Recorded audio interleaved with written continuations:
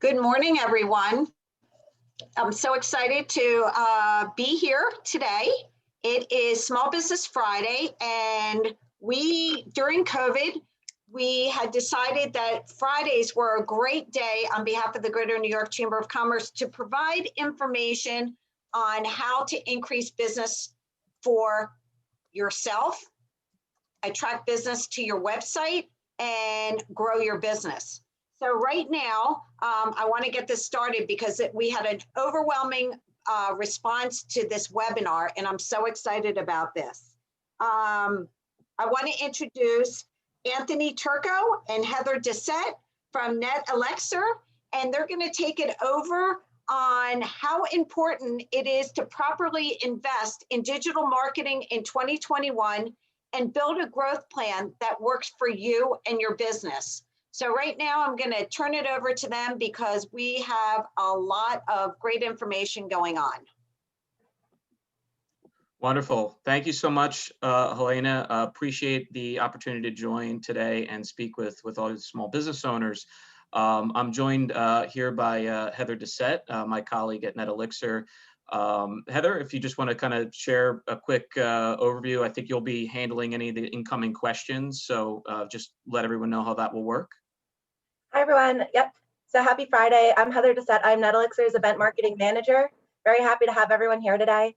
If you have any questions throughout the presentation, please submit them. I'll be pushing them to Anthony live throughout the presentation. Perfect. Thank you so much, Heather. Yeah, we want to keep this an open dialogue throughout. We'll do our best to answer questions on the fly. The purpose of this goal here is, as Helena put it, how to properly invest. Not just throw money at something and build a plan that works for your business, whether you're in service or whether you're selling products. And we're going to talk a lot about, obviously, with it being the online space, right? If anything, 2020 has taught us, it's the need to be online. We all have digital backups of various items in our lives. Why not digitally back up our business online? So that's the overview, and that's the goal and the purpose today. I'll give you some background on myself. I've been in this space over 11 years. My background is actually in finance and entrepreneur. I've built businesses myself, so I understand what it's like to have that mindset as a business owner, not unsure about what to do, what to market in, how to even get started in this space. So you can reach me on LinkedIn. I'll share my email and phone number after the presentation as well.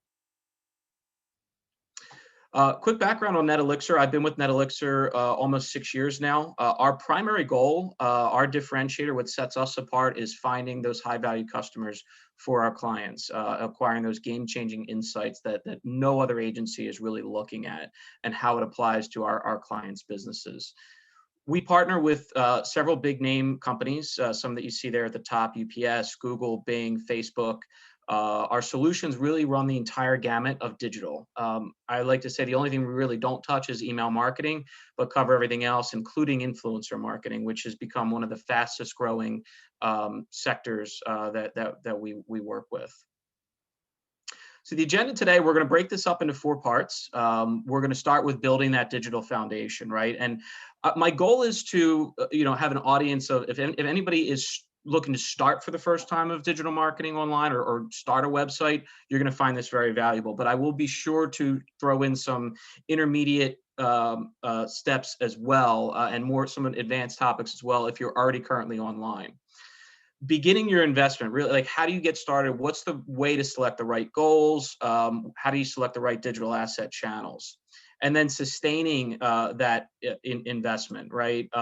Just starting it, we want to sustain it, okay? Understanding it. How is it making us money?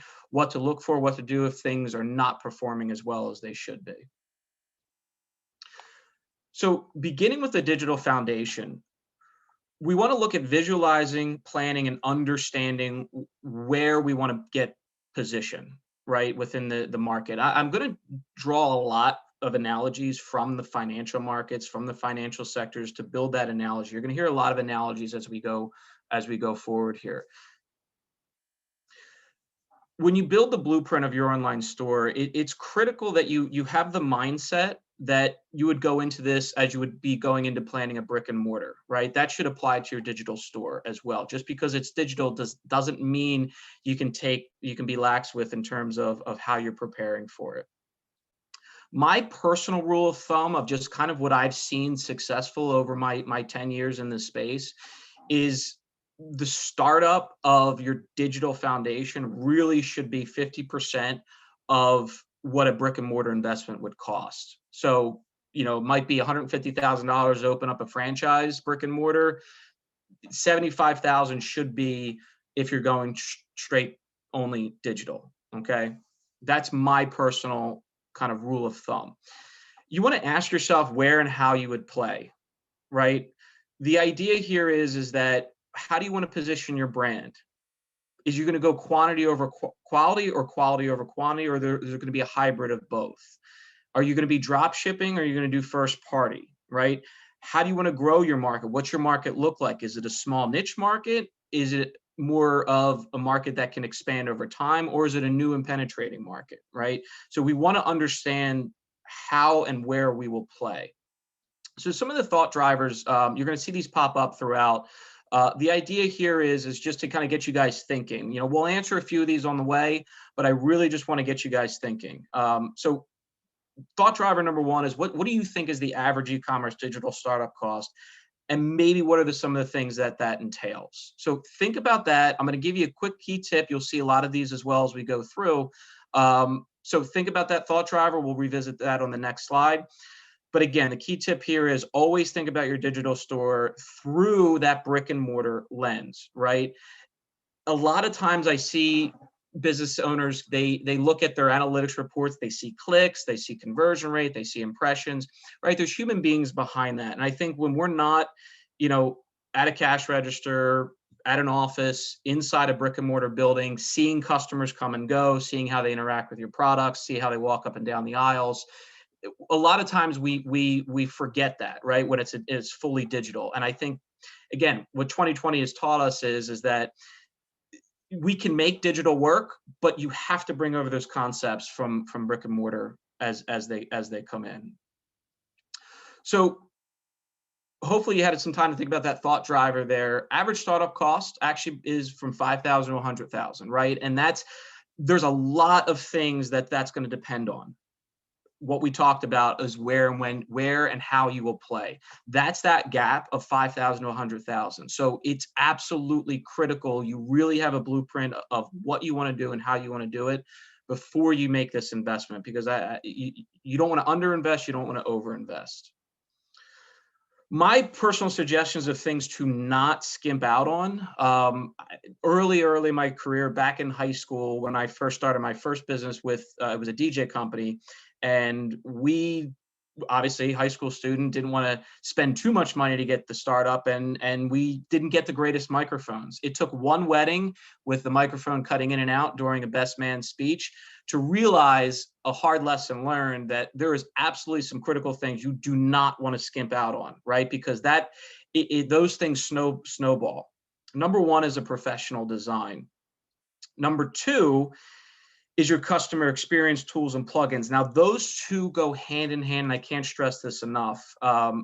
Your website is your 24-hour day, never take a break, never sick, never vacation salesman. Why not make that the best it can possibly be? Companies spend an exorbitant amount of money training their individuals, their human resources, and I don't see that same effort into their website, which is always on and always promoting your message. Then compound that with customer experience and your navigation, loyalty reviews. Are you giving them recommended products? Do you have call to actions? Do you have support, live chat, the customer support number? Fulfillment services, again, still all in line with kind of that core website experience. Are they getting 2-day shipping? Is it 1 day? Is it same day? Do you have good fulfillment that can back that up? Having a good social presence and your products and photos. I showed you there. You see great background. Products are being shown to scale, and different uses of the products and some other kind of fluff items around it to really give that full picture. Okay. My key tip here would be never get stale. Always look to improve your design. Take a look at it once every 1 to 2 years. I'm not saying you have to radically shift things, but new things come to market, right? There's new tools, there's new plugins of how to help your customers navigate whether they're purchasing a product or signing up for a service that you offer. Choosing the right platform is very critical. I mean, there's a lot of things critical when you're starting, right? The foundation is everything. You don't have a good foundation. If you're built on sand, it's going to crumble. It may take a while to crumble. And that's the worst thing I see happen with clients that come to us with a bad site is it took them too long to realize it was a bad site. Choosing the right platform, the analogy here is think of it as going from a hotel room to that raw plot of land, right? So the idea here is you have to know, again, where you want to play. How much control do I want? How much time do I want to get back or time that I want to commit with? So your thought driver here is, are you willing to have an honest self-reflection over how much time you can devote to your website, what your true level of expertise is to manage that website? And it's okay if there's none, right? That's why you hire companies to do a professional design or hire a web developer. But that's going to go into that startup cost, right? That $5,000 to $100,000. A lot of it depends on the time you can commit to it, your level of expertise, and how far you want to take it. Okay, so selecting the right platform, you should really be thinking about those thought drivers. Key tip is take advantage of our white paper. I'm going to share this with you. We're going to have a special offer at the end of this webinar. So please take advantage of it. It's a kind of a cheat sheet guide on whether to choose Magento, BigCommerce, or Shopify. We chose those as they're the big three. So we did the foundation. Now we're ready to begin that investment. Okay, so we're going to look at your goals, a careful evaluation of your internal and external resources, okay, and your overall asset allocation. Assets, in this case, I said I was going to be drawing a lot from the financial sector. Think of assets, not stocks and bonds, but think of them as SEO, think of them as paid search, think of them as Facebook, right? Starting with goals. Goals are critical. No one wants to do them, right? Everyone wants to dive in and just get started. No one wants to goal set. It's like going to the gym. You don't want to stretch. You just kind of want to get to your workout, get started, and get home. But it's critical. It's a critical component here, and I can't stress that enough. Big picture vision helps with those stepping stones. I would recommend kind of a 5-3-1-6 model. 5-year plan, 3-year plan, 1-year plan, and what do you want to accomplish within 6 months? And then work from the top down. Your 5 years is going to flow into your 3 years, your 1 year, into your 6 months. Quantify the goals. Too many times I'm on consultant calls with clients and we ask them what their goals are and they tell us, oh, we want to grow revenue, or we just want to maximize profits. That's great, and we should all be that optimistic. Quantifying your goals better helps set target and better makes either your internal team or your agency responsible for hitting those targets, right? When you can see what you're aiming at, the likelihood of hitting it is significantly better. So for example, your company goals should roll down to your marketing goals. So if the target goals are 25% year-over-year growth after year 1, your marketing goals for your agency or your internal team may look like something, well, we need a 15% increase in paid search revenue, 5% increase in social, and a 5% increase in organic, right? Or if your goal is just higher revenue per customer that comes in, maybe we want to just bump up paid search because that's the quickest way to get quality traffic in an immediate sense. Your thought driver here, I'd like to ask you, what may cause a business to underestimate their goals or overestimate their goals? Okay, so think about that when you're doing your goal setting. Key tip, try to differentiate your goals. Okay, don't just focus on the numeric key KPI of revenue or profit. They're great and they should absolutely be part of your goals, but think about goals as it relates to your webinar. Your website. Is it new pages you want to add? Is it a better customer experience? What about your internal, right? Cost of goods sold or cost of your service? What does it cost to book and service a new CPA client, or what is it cost of goods sold for your products rolling out the door, and break them out by category. Because that's going to help when you're able to have that information and you share that with your marketing team or with an agency. That's going to give them more information to better serve you and better hit those goals. So we want to look at how do we set the right goals, right? Cost of goods sold, very important. And it's important to be honest about your cost of goods sold, because that's a big component to how successful you become in your marketing. I've worked, and to give you guys an example here, as you can see on the screen, there's particular products in particular categories that may have a wide range of costs of goods sold. Well, if your cost of goods sold is less to sell a particular product, like for example, a Fitbit, which very small, watch oriented, 25% doesn't cost a whole lot to ship. Maybe you have a large stock of them. Price is $200. I'd be willing to bid as an agency or a marketer significantly more for that, because your overall profit is much higher. So we can capture more market share and not risk so much in terms of internal expenses. But the flip side of that, air purifiers, sky drones, big bulky items, maybe they break a lot, maybe they have a lot of returns. Cost of goods sold tends to be a little bit high. You have to keep that in mind when you set your bidding structure, okay? I've had too many times where we're talking with our clients and educating them on the fact of, well, you want a 5-to-1 return on your investment, $5 in revenue for every dollar that you spend, whether it's revenue per lead or revenue from a product, but your cost of goods sold is 80%. So you actually really need an 8-to-1 return to show the profit goal that you told us that you wanted to hit. And that's very important to understand that, right? So you have your fixed costs, you have your variable costs, and understanding what those things that you can control. Talking about your market, there's a lot of free tools out there. Google Trends is one that I particularly like, just to help us analyze and say, all right, well, we have drones, smartwatches, smart homes. So if you're a smart company and you service these products, you're able to see kind of the peaks and valleys, if you will, of when customers often shop. So if you're trying to penetrate the market, let's get in 2 or 3 months before those peak seasons, make sure we have all our ducks in a row. Writing out the equation and looking at those key variables that work, okay? And the levers that you can push and pull that affect positive or negative outcomes. So a very easy to look at equation is looking at your P&L equation as it relates to kind of just a standard campaign, okay? Your greens are your controlled variables. Those are your levers.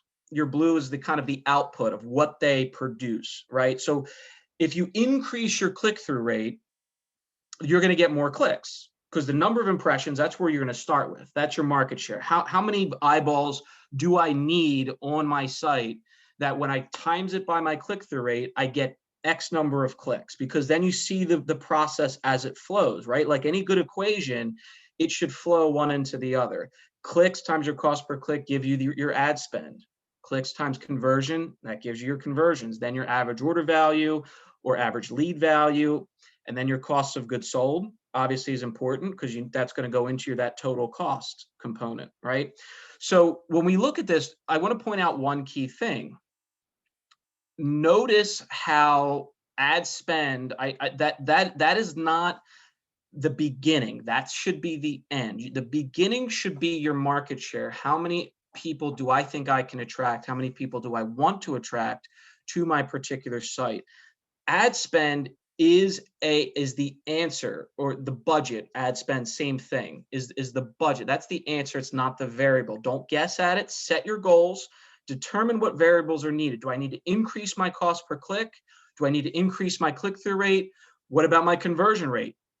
And that goes into your site, right? Your user experience. Are my customers converting when I get onto the site? Those items, you have a degree of control on whether they're going up or they're going down, okay? And again, that's part of what an agency does. We spend our time in, and why we're able to be successful with driving results for our clients is because we know how to master those levels and ultimately recommend not recommend a budget, but produce a budget for our clients that's driving to their goals, right? Because we don't want to certainly guess at a budget. One other quick tip I would add to this is when you're setting those goals, any of the decision makers, if you're the decision maker, or obviously we have a great number of people joining today. If you're the decision maker, try to be on as many marketing conversations as possible.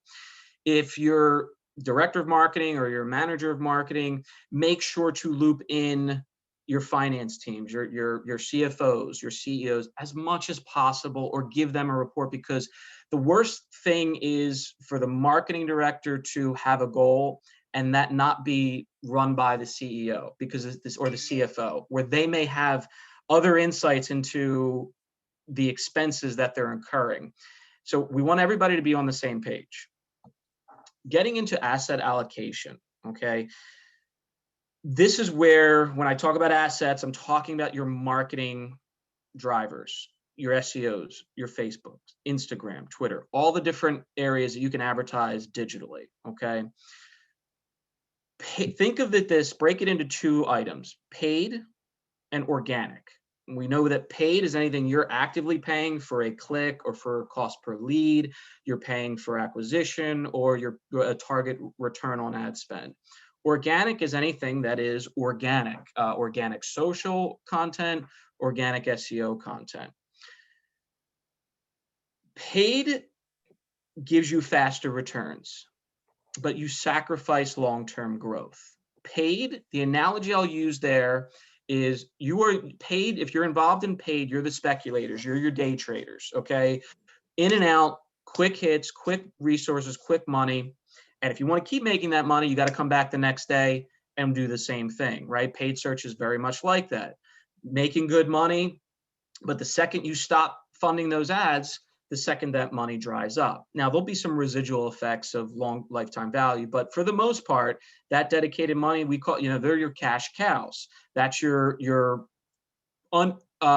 reinvestment, right? You got to do it every single day. SEO, think of that as your 401k plan, right? Long-term growth, but you don't get the returns as fast. And it stings a little bit, right? If we've ever funded our 401ks, if you're putting $500 a paycheck in it, all right, the market goes up 10%. All right, $500 times 10%, congrats, you just made $50. Well, my investment was 500. I'm only making 50. SEO is the same way. It's going to be an investment that you have to float for a good 4, 5, 6 months before you get that return. So think about that when you're deciding what asset to get involved in, right? If you need quick returns, you have venture capitalist funding, they need to show growth. Paid search, paid social is probably the way to go. If you've been more established, you have a good paid search program, you have residual income that you're looking to reinvest, now might be a good time to start building a long-term growth plan, right? Because like your 401k, when you get 30, it doesn't take 30 years to build SEO, but when you get long into it and you have a big nest egg of value there, even a 3 to 4% shift in the market, that can be extremely positive, okay? Anthony, think about where you move on. I just had a question from the audience. Sure, go ahead. Carol wants to know about LinkedIn for generating business from other businesses. Do you have any information on LinkedIn? Sure, good question. So LinkedIn, there's paid components to LinkedIn, right? It's the same philosophy. You could do it organically, posting, sharing content, or there's some paid approaches. I particularly like the paid approach if you're in an industry that needs to connect with other professionals, especially for service-based leads. Product-wise, so if you're in an industry that you're selling product online, that's a great way to get into that B2B. So if you're doing large programs. So for example, we had a client yesterday that was with selling shower curtains and wallpapers. LinkedIn would be awesome to do a paid program in to target designers, interior designers, decorators. I would even say contractors, right? Because if you can connect with a contractor that's building a plot of houses, 20 houses on a plot of land, that's 20 potential homes that you can now sell him on a wallpaper design. So LinkedIn is a component of paid and also a component of organic, and it follows that same structure as what we just talked about. But that's why you got to know, where do I want to play? Do I want to focus on B2B market, B2C? Do I want to do both? Because that's going to dictate which channel that you're in. Great question. So getting into the quick tip on this before we move on, the expected timeline of the ROI, and I talked about that with SEO, right? It takes longer to generate that ROI. You have to make sure that you understand that concept here, because if you have deliverables for your boss, or you're working with an agency who you expect deliverables from them, it's going to determine what type, those deliverables will be determined based off of what asset allocation that you guys choose, whether it's an organic route or a paid route or a hybrid of both. This is, I don't want to put too much time on this slide. I just want to kind of get your mindset into the idea of risk and reward. I think paid search gives you the biggest reward, because I see a lot of customers that really need that revenue, right? Everything's moving online, everything's moving quick. Generate revenue so that I can reinvest it into some other things, okay? Because of the nature of paid search, it's an investment, right? It's immediate, it's every day, you're paying per click. The risk is gonna be higher. SEO, there's a much more structured approach if you can float that investment over 4 to 5 months. The return will be there, but it's a larger investment up front that you have to make. But over time, it's less risky because of the exponential buildup, right, of compounding. Once you start ranking for things, it's very hard to remove those rankings from Google. Once you stop funding your ads, they're immediate, they're gone. So that's that trade-off between risk and reward, and then it kind of scales down, through some of the other services there. Influencer has B2C and social and marketplaces this chart probably would change a little bit, given over the last 2 years how much they have boomed. So we wanted so we're talking about, we talked about goals, we talked about choosing the right asset allocation. We're almost ready. We haven't even said, all right, let's start marketing, right? Because all this is so important to make sure you have squared away. UX is everything, okay? The analogy here I would use, imagine sending out invitations for a house party you want to host with all your family and friends, right? You purchased all the food, you got all the drinks, you got all the entertainment. Invitations are out, you have all the supplies ready to go, but you never bother to clean up your house or fix the door to actually enter the house, or cleaned up the stain on the rug, or fix the TV that's broken. Now your guests can't watch anything. That's not going to be a good guest experience for them. The same thing applies to the website, right? If you're generating all this traffic from your marketing, but your website is not where it should be, it's all sunken cost with your marketing. Yeah, you may convert a little bit, but your conversion rate's never going to be where you need it to be in that equation that we showed you that's going to drive the number of conversions with the average order value that's going to get you to the revenue, because customers aren't going to have a good experience on your site. 3 things it's going to cost you to perfect this user experience. It's either your time, where you're doing it yourself with the level of expertise that you have, your money to bring someone in to do that, or it's going to cost you your business, because over time, customers are going to find a better alternative than working with your particular your business. Key focus areas I would suggest: first and foremost, mobile first. 37% increase in bounce rate with a poor mobile experience. And this poor mobile experience is anywhere from that 4 to 5 second mark, right? As soon as you start hitting 4 to 5 seconds with no visual rendering at all, 37% bounce rate off the site. And then you work backwards to say, well, if I spent time and fixed that, got it from 5 seconds to 2.5 seconds, could I take 37% and could I make that number 10%? Well, you just took 27% now of customers. And if you're doing 100,000 visitors, what's 27% times 100,000, 27,000 times your conversion rate, times your average order value. That's how you make the opportunity cost assessment of fixing things on your website, right? Starting with mobile. Other key target areas I would recommend you take a look at: your site search. 85% of searches don't return what the user's looking for. There's something broken with that site search. I'd recommend, looking at site search plugins that are highly rated, highly recommended for your particular engine, right? If you're on Shopify, get the highest rated search plugin.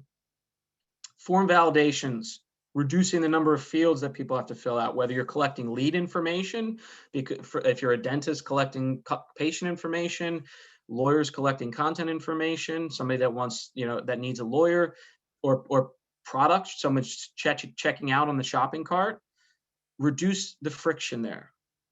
Form validations are huge where it auto-populates, right? Because people have their information stored. 35% will abandon if there's no guest checkout. That's something to consider. And part of that checkout process, give them an option to do guest checkout. Okay, that obviously applies for our e-commerce guests that are here with us today. Carousels, no picture carousels. Very interesting stat that came out.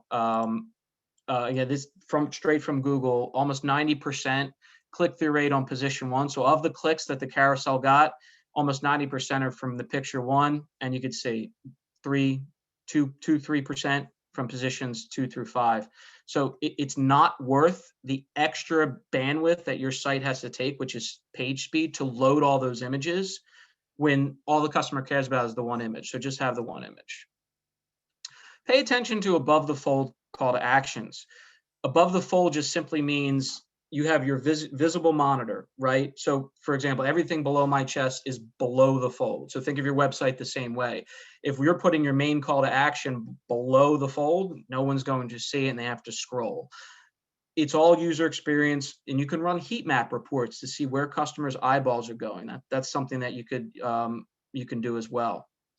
One-step checkout. Key tip here, don't be afraid to survey your customers.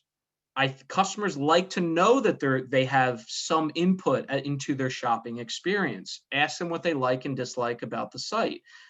It's not whether you like the site, it's whether your customers like the site. And sometimes that's a hard truth to grasp as a business owner, but that's critically what you need to look at.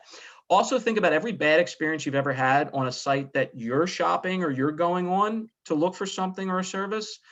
Remember that, write it down, and make sure that your site's not doing the same thing, right?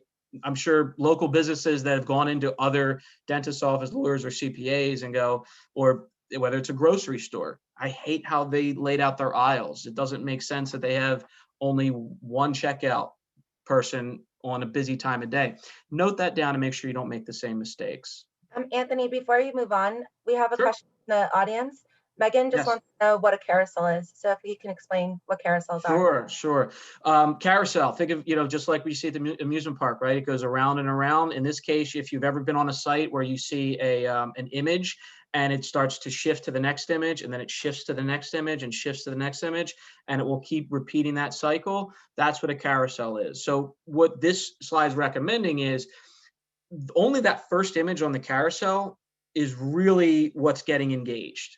So take your most engaging call to action, put it there, and ignore any of the other images. So you just have a static image, no carousel, because sites that have carousels have to load every one of those images. And then you also have the flash or HTML, depending on how you're coding, to actually create that movement. All that takes bandwidth, and all that sucks up your page speed and time. Okay. We talked a lot about in terms of calculation, right? Bounce rates. Well, if I got my bounce rates down 27%, times the number of customers I have coming in, times my average order value, my conversion rate, that can offset my revenue of the loss that I'm getting. So if I fix my mobile speed, I'll have that.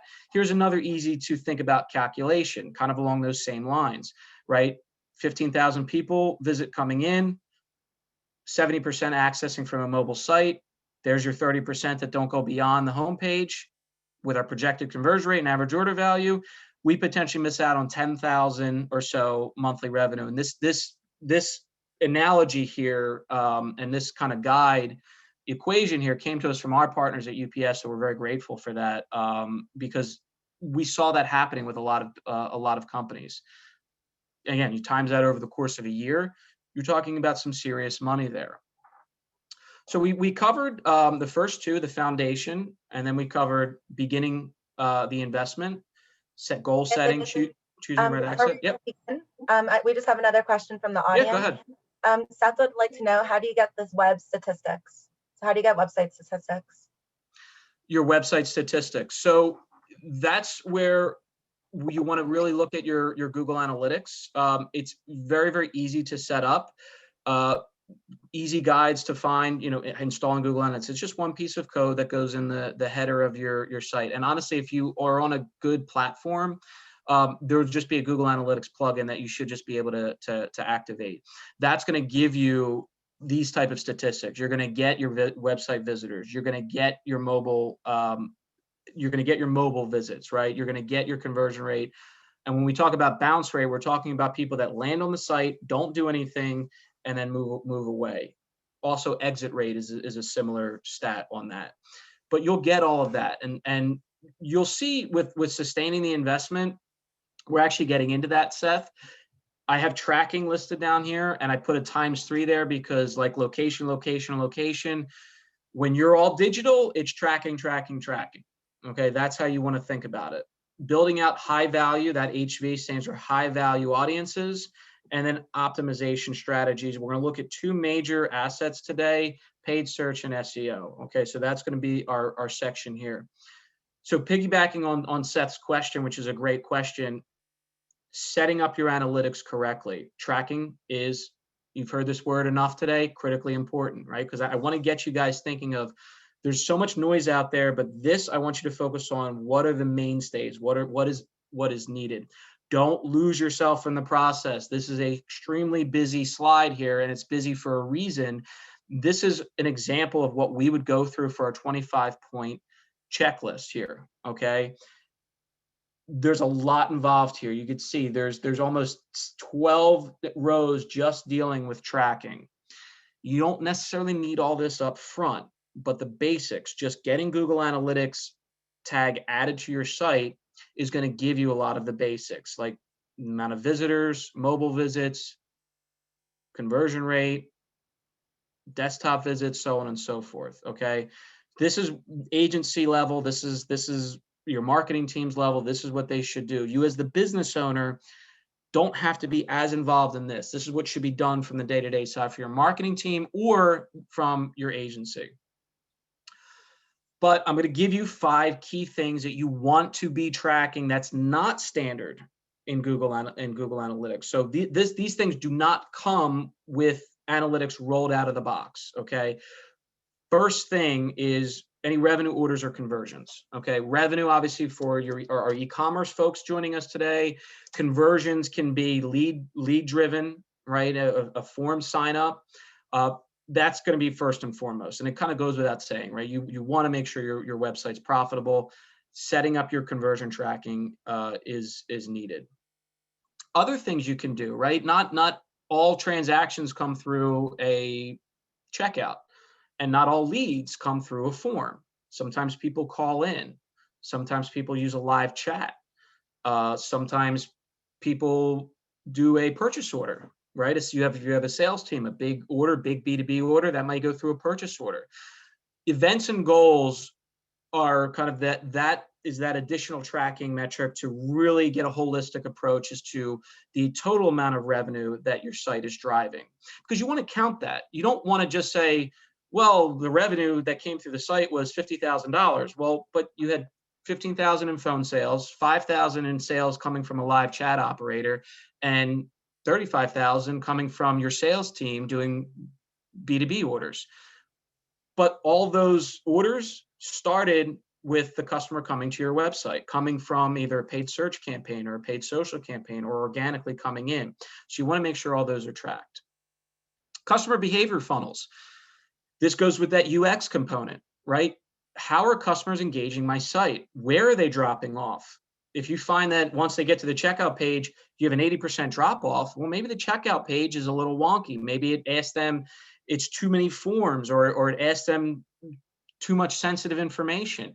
You have to know that. You have to know where they're dropping off. And then, of course, you can cross-reference that with well, what's my desktop behavior like? What's my mobile behavior like? A lot of businesses, just I'll give you a quick sneak key tip here. A lot of businesses don't parse their analytics. They don't parse their reporting and look at it from the lens of a desktop and a lens of a mobile. They just look at it overall. And they say, oh, my conversion rate's 2%. All right, that's great. Well, what they don't realize is their desktop might be an 8% conversion rate, but only get 25% of the traffic. Whereas mobile gets 75% of the traffic, but has a 0.5% conversion rate. Yeah, it's going to average out to be a reasonable conversion rate, but the bulk of your traffic is not getting a good experience. That's why you have to always be looking at it through a couple different lenses. Again, this helps when you have a marketing team or an agency that's looking at this stuff every given day, so they can get ahead of these problems and fix it before it starts to compound. UTM codes is a little bit more advanced. That's if you're doing like extra campaigns, right? So if you're doing an email marketing campaign, customer clicks on an email link and goes to your website, we want to make sure that that's tied into Google Analytics so that you can look at, well, how's my email marketing performing? If you're doing an influencer campaign, you can set up UTM just as universal tracking. Basically, it's kind of a way to write the code to track certain things beyond your website when you're doing other campaigns. Thought driver for us today on this particular slide. Think about some other custom segments, okay? That number 5 point there is very, very important. Custom segments, just simply ways to divide your customers. If you wanted to compare just Cyber 5 week, right? Just Cyber Monday, Black Friday, Thanksgiving Day, and Cyber Tuesday. And you wanted to compare that year over year because, hey, we're heading into Cyber 5. We get 30% of our yearly revenue comes from the holiday season. I need to know what I did last year. What can I predict this year? Analytics is not going to give you that right away. You have to customize that segment. You have to create that custom segment.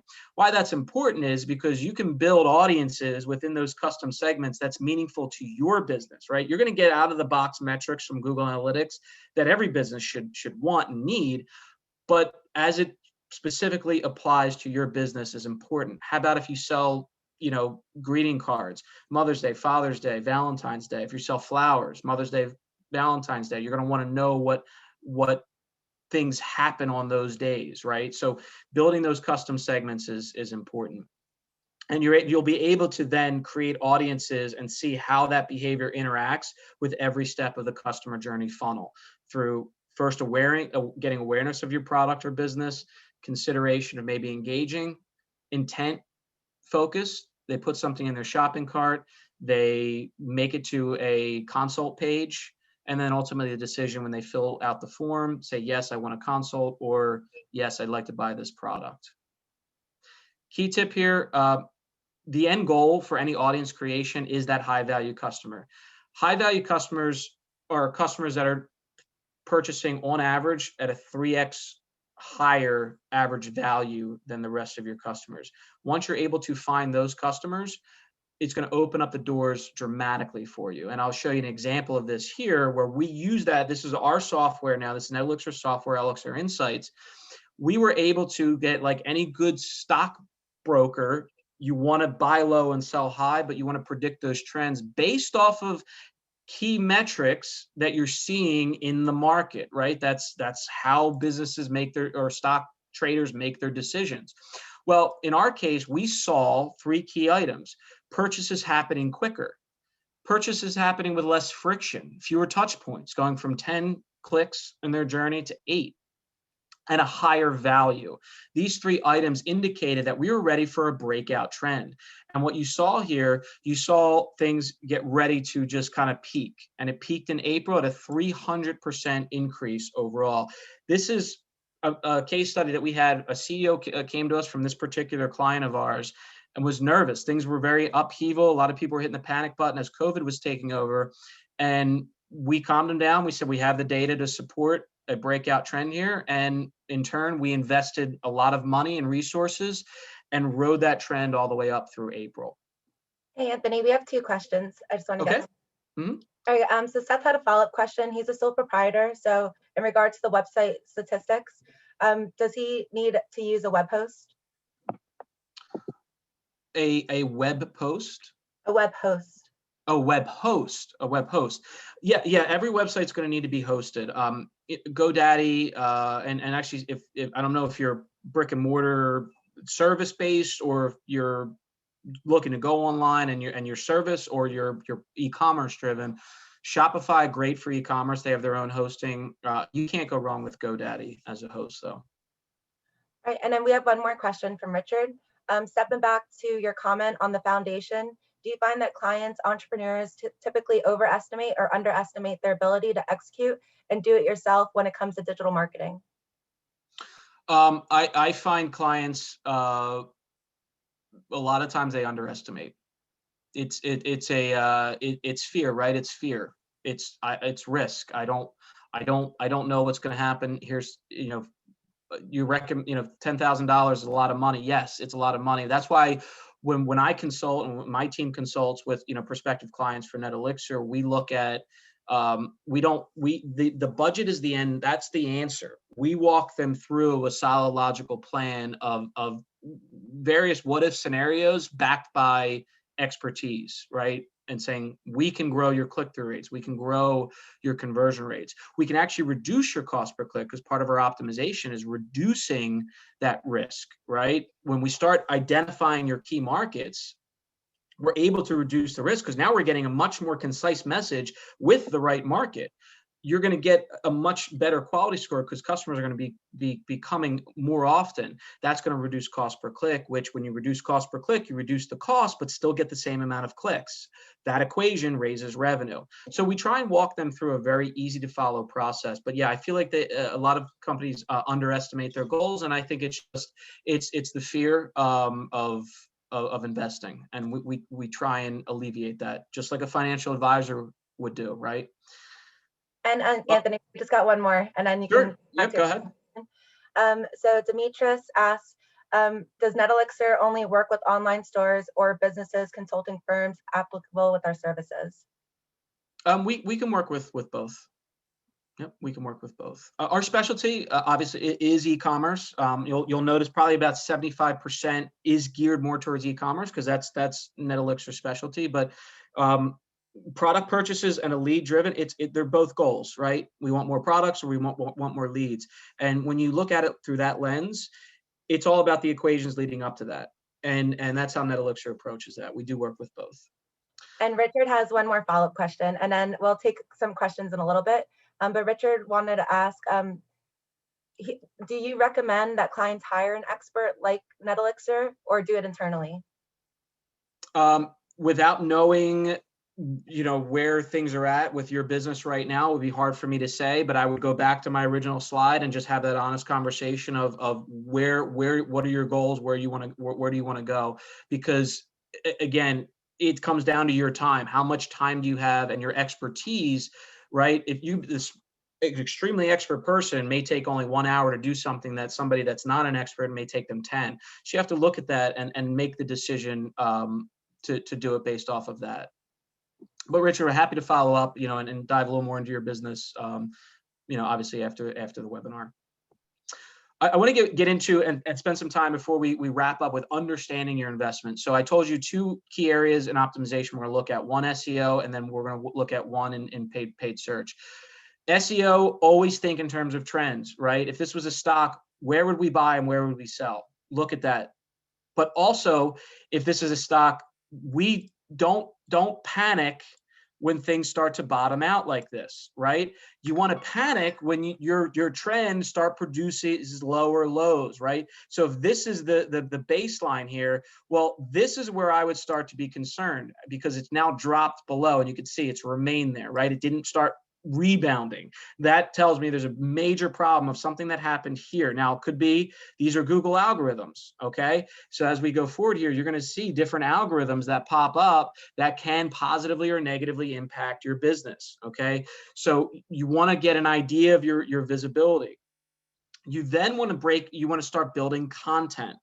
Content is important. This is going to be the first of 2 Matt Damon references. Matt Damon, if you remember the movie Good Will Hunting, okay, I use this a lot because it makes sense. He's this super genius expert that nobody knows about. And all his friends and teachers are saying, you got to write a paper, win a Nobel Prize, do a guest lecture, come and teach, be a professor, solve an equation, publish something. He doesn't want to do it. So therefore, no one knows he's an expert. He can be an expert all he wants, but nobody knows it. Expertise, authority, and trust, that's EAT. You want to build your authority by writing good content that gets recognized by Google, that validates your authority or your expertise. The trustworthiness comes from your customers, having good experiences on the site, having a good product, leaving good reviews. YMYL stands for your money, your life. If you're an e-commerce business, for all my e-commerce business owners out there, it's pivotal that you respect YMYL because you're asking customers to transact on your site, share credit card information. Your website gets looked at a higher level than other websites do in the eyes of Google. If it's a double whammy and you're actually selling medical products, now you're talking about the livelihoods of your customers. Again, you're being held to a higher standard. The expertise, rich, meaningful content, authoritativeness, solutions, answer-based context, and trustworthiness, quality traffic, and reviews. Structured data is where you start to apply your content structured in a way that Google can read, okay? Without structuring your data, it's just content to Google. Okay, you're not playing by their rules. Without, it's like not answering the form of a question on Jeopardy. You may have the right answer, you might have the right content, but you didn't do it the way the rules said you should be doing it. Therefore, you get 0 points. Google, unfortunately, is cruel and operates the same way. Structured data is what allows Google to showcase your information in a people also ask section. That's what's called a universal listing. Google doesn't know how to apply this unless you're structuring your data. You're writing question and answer based content. Google wants you as the business owner to educate your customers, answering questions for them, tagging your images. Again, structuring your data so that it's tagged appropriately to show up in popular image results, especially, I mean, if you're doing, I'll bring back my wallpaper client. Customers that will search may search wallpaper design ideas. Well, images are a vital component to that search, and you want to have that. If you're a brick and mortar service-based company, you should absolutely be in a local 3-pack. This is another way search results can come up on the screen. If you're a creator or you have problems to solve, how-to videos are very, very important and make great connections. And all of these things that you see here builds that authority because Google sees you have a location, you're answering questions, and you're showing customers how to engage a particular product or a service. Thought driver here with 4 ads that are coming up for paid search now and all these different search results that can come up. Think about how valuable that coveted organic position 1 is. Not really that much anymore because there's so much other noise to go. It's all about the structured data and getting into these universal listings when you talk about SEO. Blogging, very important. Any content should follow a structure, write with purpose. Blog we did for a generator company that sold generators, talking about when hurricane season is, talking about the basics of the generator, the benefits of the generator, helping them decide which one is right, alleviating that concern, that overwhelming feeling, right? Removing ambiguity in searches.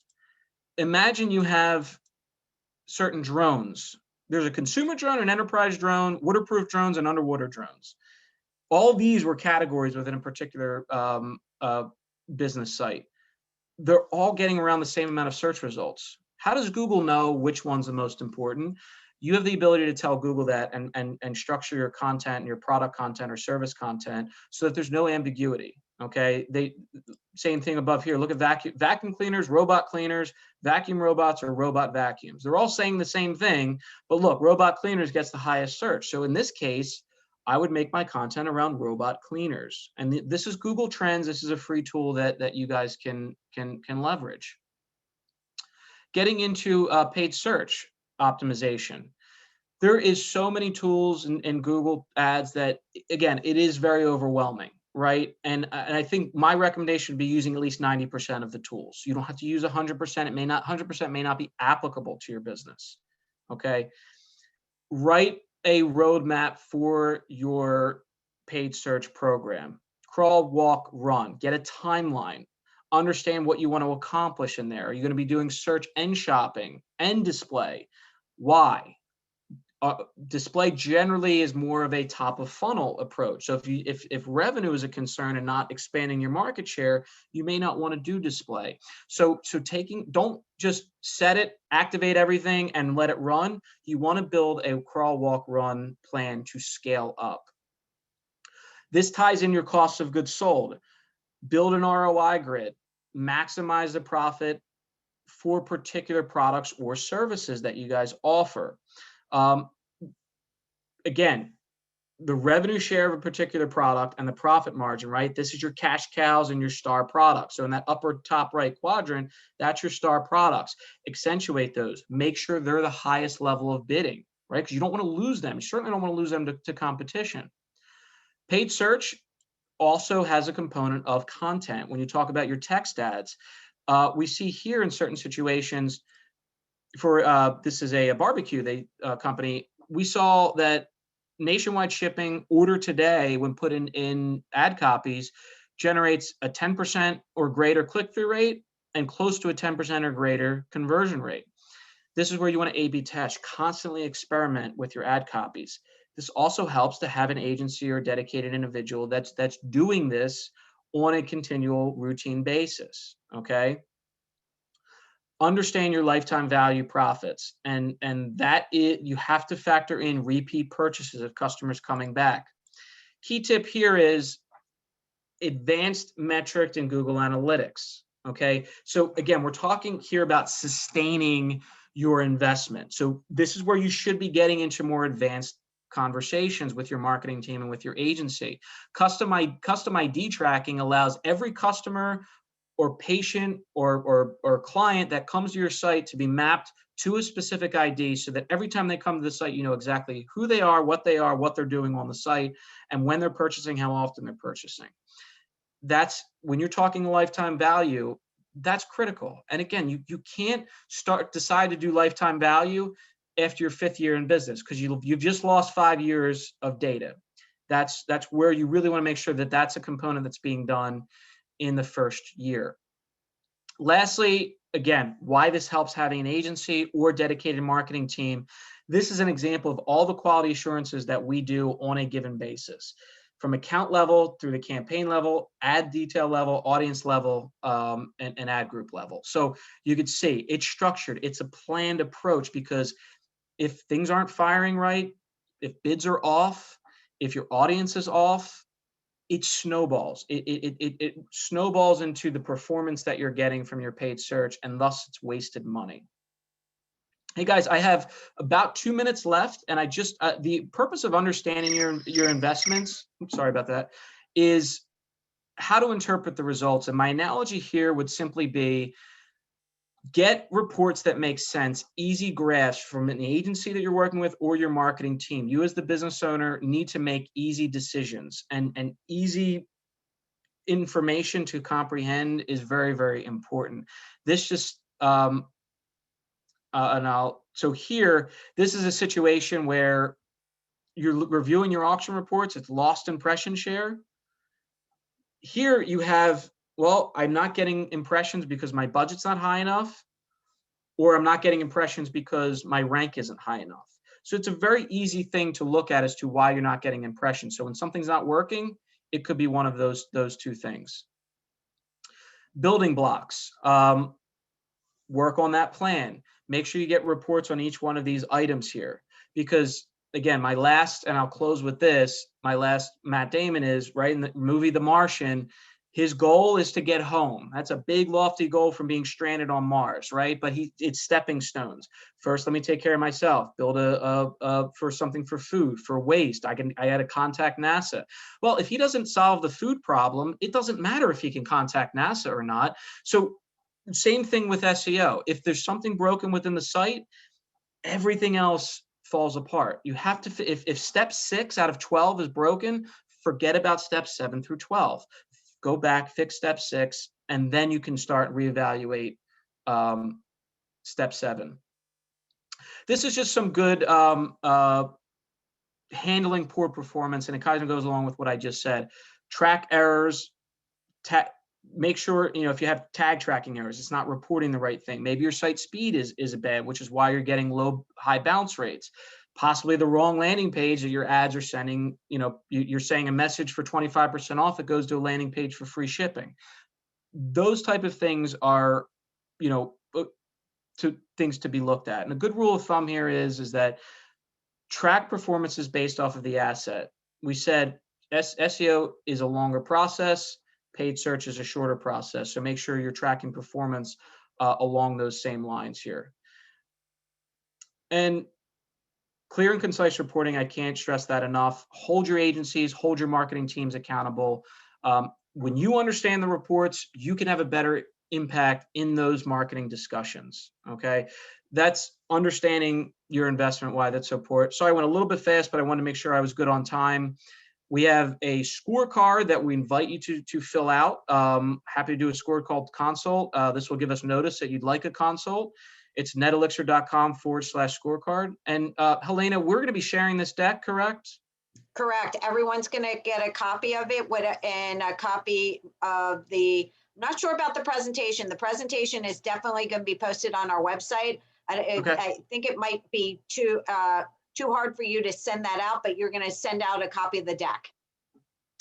Perfect. That sounds great. And we invite you, everybody on the call. It's been a pleasure. I invite you to share your thoughts. We have hashtag NX Insights.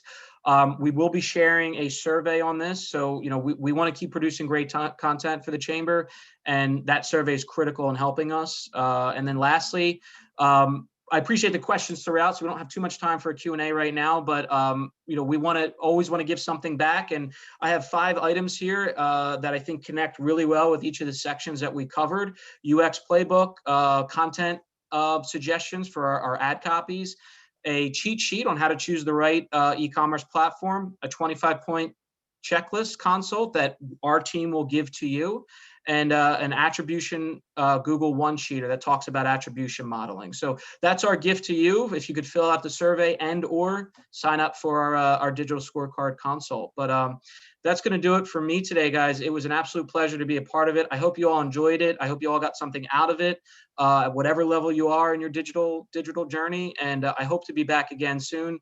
Again, this is Anthony Turco, Heather from NetElixir. And Helena, thank you so much for giving me the time. Thank you. What a great presentation. I can tell by the questions that people were asking, they were very involved in this and very in tuned, I should say. So thank you so much. My pleasure. So for those who are still listening, they're going to get a copy of all the attendees. So this way they're going to send you their contact information, and you can reach out, have that conversation with them after this, in case you had some questions this afternoon or this evening that popped up into your head. Definitely reach out to Heather and Anthony. They're huge supporters of the Greater New York Chamber of Commerce, which we appreciate. So thank you so much. And if there's anything that we can, do for anyone, please feel free to reach out to the Greater New York Chamber. So Anthony and Heather, thank you. What a great presentation. I loved it. So, thank you, Helena. Appreciate it. My pleasure.